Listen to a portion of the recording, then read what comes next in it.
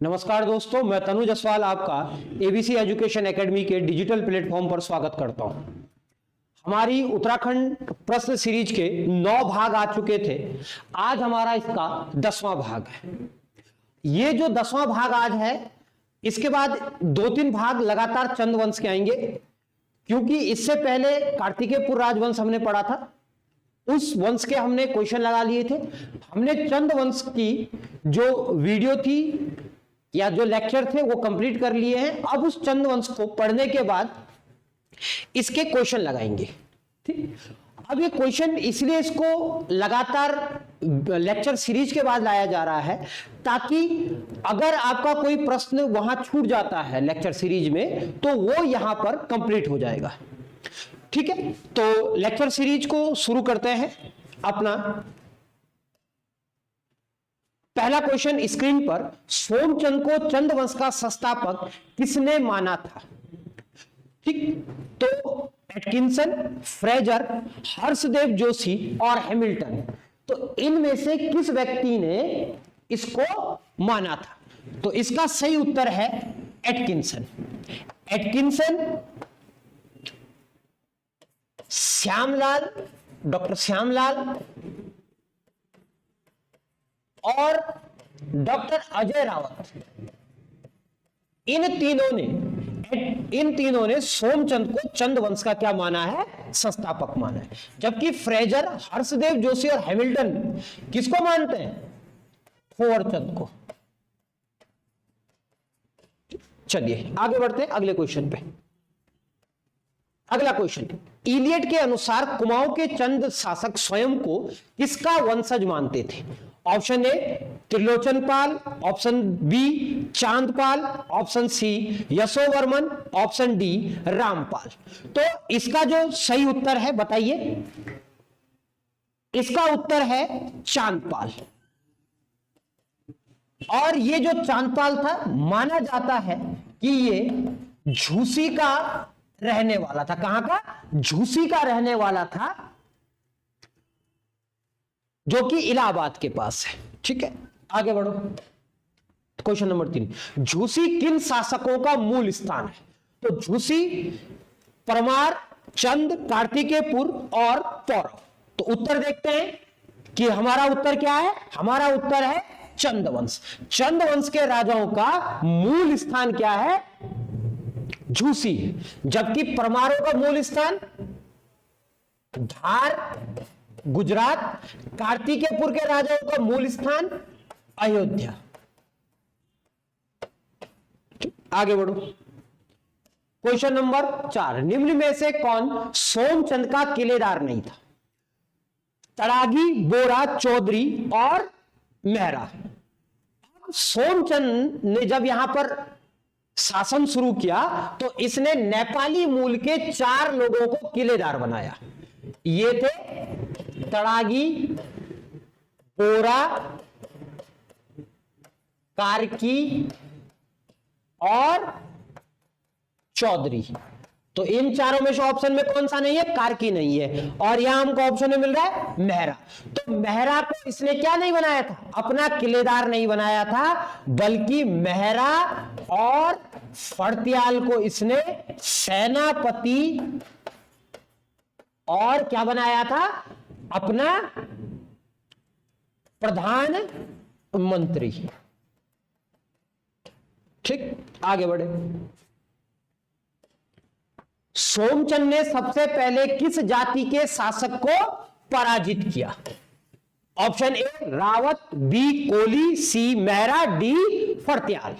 तो इसने सबसे पहले रावत जाति के शासक को पराजित किया, जो कि दून कोट का रहने वाला था। चलिए क्वेश्चन नंबर 6, सोमचंद के शासनकाल में राजा के महल को क्या कहते थे? तो इसके महल को बूंगा, राजमहल, राजबूंगा या प्रसाद। तो सही उत्तर है राजबूंगा। बूंगे का अर्थ होता है महल और राजबूंगे का राजा का महल।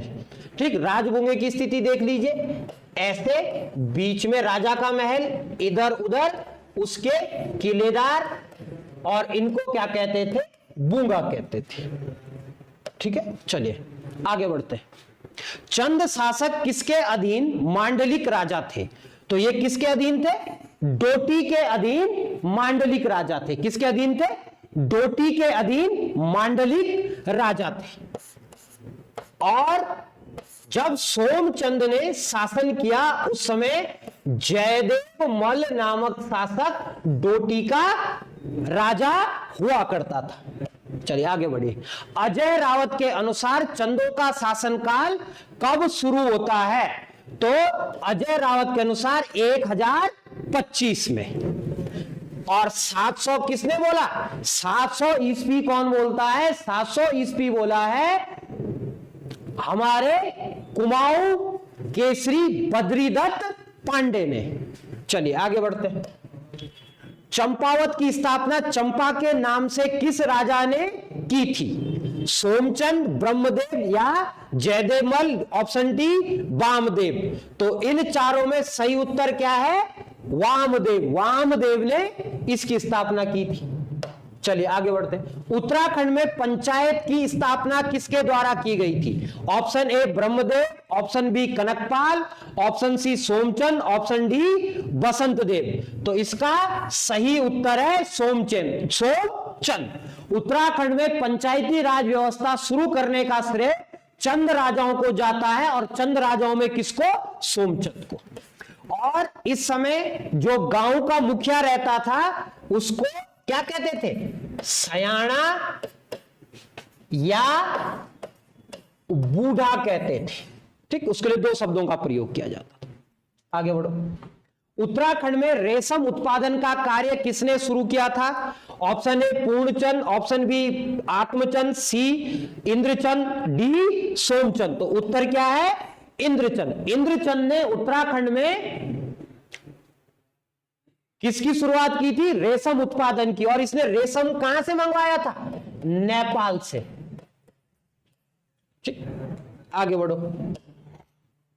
रतरंगवली प्रथा किससे संबंधित थी? ऊन उत्पादन, बी रेशम उत्पादन, सी कृषि, डी इनमें से कोई नहीं। तो ये क्या है? रेशम उत्पादन से। देखिए अब रतरंगली क्या थी? जब रेशम पर रंग चढ़ाया जाता था उस समय ऐसी मान्यता थी अगर कोई झूठी खबर फैल जाए तो रेशम पर अच्छा रंग खिलता है, और यही प्रथा रतरंगवली प्रथा कहलाती थी। तो याद रखिएगा। अगला प्रश्न, निम्न में से किस शासक को पराजित करके खसों ने कुमाऊं पर अधिकार किया था?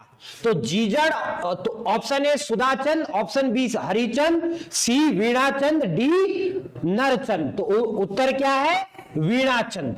वीणाचंद को खस राजा जीजड़ और बीजड़ ने क्या किया था?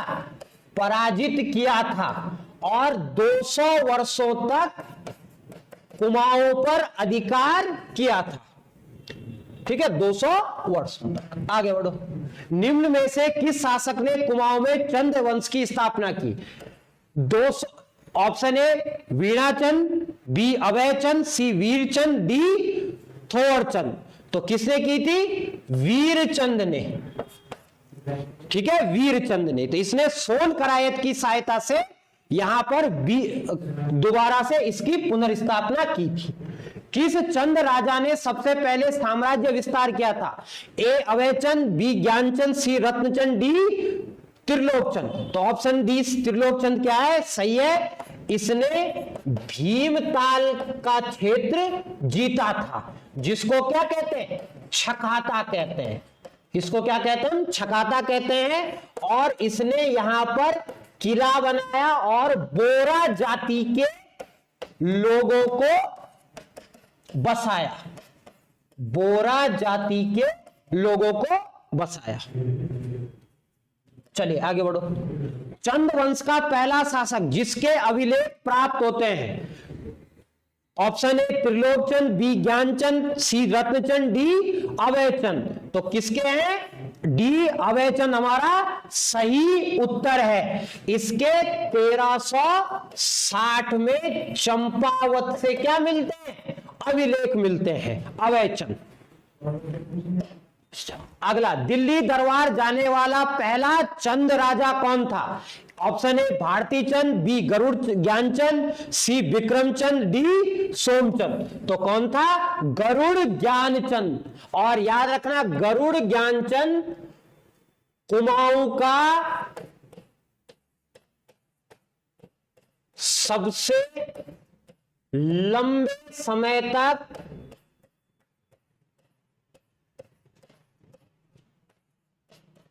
शासन करने वाला शासक था।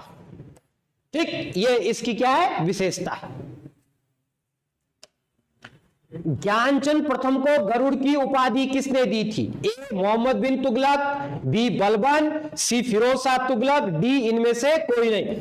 ऑप्शन संख्या सी, फिरोज शाह तुगलक ने क्या दी थी? इसको गरुड़ की उपाधि दी थी। और दो चीजें इसके बारे में याद रखो, इसका राजकीय चिन्ह क्या था? गरुड़ था। और यह गरुड़ेश्वर विष्णु का उपासक था, विष्णु का उपासक। चलिए अगला प्रश्न, निम्न में से कौन गरुड़ ज्ञानचंद से संबंधित नहीं है? ऑप्शन ए नीलू करायत, बी गोबासा ताम्रपत, सी खेरा खड़कोट ताम्रपत्र, डी खेती खान ताम्रपत्र। तो नीलू करायत इससे संबंधित है। नीलू करायत इसका क्या था? सेनापति। गोबासा ताम्रपत्र इससे संबंधित है। खेरा खड़कोट ताम्रपत्र इससे संबंधित है। जबकि खेती खान ताम्रपत्र क्या है? इससे संबंधित नहीं है। ठीक, खेरा खड़कोट ताम्रपत्र में इसको राजाधिराज बोला है। और ऑप्शन क्या है? खेती खान ताम्रपत्र। ठीक, तो क्या ऑप्शन सही क्या होगा इसका? खेती खान ताम्रपत्र। क्योंकि खेती खान ताम्रपत्र में लिखा गया है कि भारती चंद का पुत्र सुजान कुंवर था। चलिए आगे बढ़ते हैं अगले प्रश्न पर। नायक जाति की उत्पत्ति किस राजा के काल में थी? Option A Vikramchand, option B Gyanchand, option C Bharati Chand, option D Ratnachand. तो सही उत्तर क्या है? भारती चंद। भारती चंद के डोटी अभियान में, कौन से अभियान में? डोटी अभियान में नायक जाति की क्या हुई थी? उत्पत्ति हुई थी। अब विक्रमचंद भारती चंद का क्या था? चाचा था। और इन दोनों के बीच एक संघर्ष होता है जिसको चाचा भतीजा संघर्ष कहते हैं। चाचा भतीजा संघर्ष। ठीक है, चाचा भतीजा संघर्ष। और इसी संघर्ष के माध्यम से भारती चंद ने क्या की थी? विक्रमचंद से गद्दी छीनी थी। अब इसी के साथ हमारी 20 प्रश्नों की जो ये श्रृंखला है इसको यही समाप्त करते हैं। अब नेक्स्ट मिलेंगे अगले 20 प्रश्नों के साथ।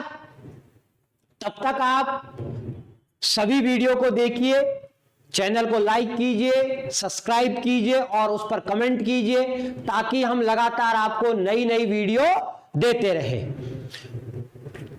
डिस्क्रिप्शन में आपको टेलीग्राम चैनल का लिंक दे रखा है, आप उस पर टेलीग्राम से जुड़ सकते हैं। एप्लीकेशन का लिंक है जिसके माध्यम से आप किसी कोर्स को अगर परचेज करना चाहें तो आप एप्लीकेशन से कर सकते हैं। ठीक है, इसी के साथ धन्यवाद। घर पे रहिए, स्वस्थ रहिए, मस्त रहिए और पढ़ते रहिए। ठीक, क्योंकि मिशन वीडियो विपीडियो। धन्यवाद।